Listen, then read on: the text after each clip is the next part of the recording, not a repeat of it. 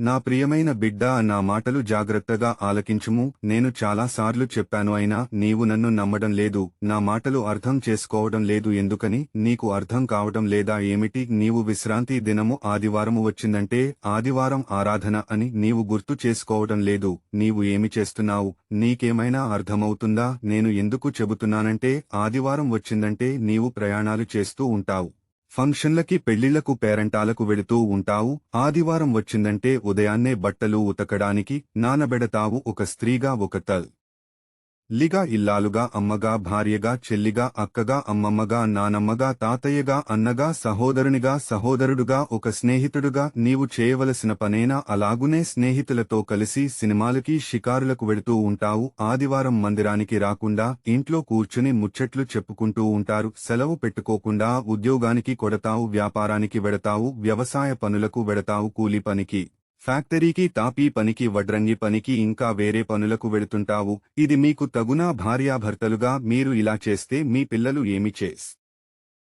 మీ పిల్లలు కూడా అదే చేస్తారు. ప్రార్థన మానేసి వాళ్లు సెల్ ఫోన్ పట్టుకుని రోజంతా గడుపుతారు. చెడు వ్యసనాలు, చెడు కార్యాలు చూస్తారు, చెడిపోతారు. ఆ తర్వాత తల్లిదండ్రులైన మిమ్ములను గౌరవించరు. మీ దగ్గర డబ్బులు అడుగుతారు, మీరు ఇవ్వకపోతే నేను చచ్చిపోతాను, రైలు కింద తలకాయ పెడతాను, నీట్లో దూకి చచ్చిపోతాను, ఉరేసుకుని చచ్చిపోతాను, విషం తాగి చచ్చిపోతాను అని బెదిరిస్తారు. మొక్కే వంగ లేనిది మ్రానే వంగున అనే సామెత చెప్పినట్లుగా మీ పిల్లలను చిన్నప్పటి నుండి మందిరమునకు తీసుకువెళ్లడం నేర్పించండి. కాబట్టి ఆదివారము రోజున మీ భార్యాభర్తలు, మీ పిల్లలు, మీ తల్లిదండ్రులు, మీ అన్నదమ్ములు, మీ అక్క చెల్లెళ్ళు, ఇంకా మీ తోబుట్టువులు అందరూ కలిసి కుటుంబ సమేతంగా ఆదివారం ఆరాధనకు మరిచిపోకుండా వెళ్లవలెను. ఇది నా ఆజ్ఞ. బైబిలు గ్రంథమును చదువు. యెషయా గ్రంథము 58వ అధ్యాయము 13వ వచనము.